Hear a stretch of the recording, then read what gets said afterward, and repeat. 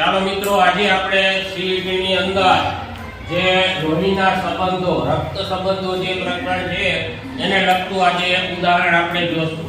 તો દાખલો છે, એના બે બાળકો છે. અહીંયા આવા જ્યારે તમને લાંબા રકમના દાખલા પૂછાય ને ત્યારે પેલું કામ તમારે એમ કરવાનું કે જેમ રકમ વાંચતા જાવ ને એમ તમારે એને સાંકેતિક ભાષામાં લખતું જવાનું, કે તમારી ભાષામાં જરાક સંકેત આપતું જવાનું. ચાલો પહેલી લીટી વાંચી, એના બે બાળકો છે તો એ લખું. ચાલો, એના બે બાળકો છે એ અને સી, તો આવી રીતે હું લખીશ. ચાલો, બી અને સી. એના બે બાળકો છે બી અને સી. હવે પછીની આગળ રકમ બાકી. એ બી નો પિતા છે. એ છે બે નો પિતા છે. બી એ સી નો ભાઈ છે. તો આ બે ભાઈ બહેન થઈ પાકું થઈ ગયું. ભાઈ ટૂંકમાં ભાઈ બહેન કા ભાઈ ભાઈ છે.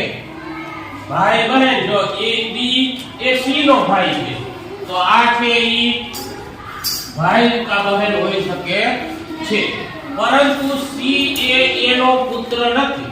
હવે આ એ સી એ ઈ એનો પુત્ર નથી. એનો સંતાન છે એ હાચું, એનો સંતાન છે એ હાચું, પણ પુત્ર નથી એમ કહી દીધું છે. તો શું બને? ઈ પુત્રી હોય તો આ બંનેનો સંબંધ શું થાય?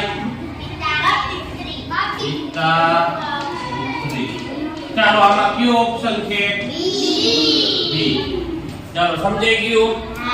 આવા રકમના દાખલા પૂછાય ત્યારે એક એક થોડું થોડું સમજતું જવાનું, પછી તમારે નિર્ણય ઉપર આવવાનું કે એમાંથી કયો પ્રશ્ન જવાબ સાચો પડે.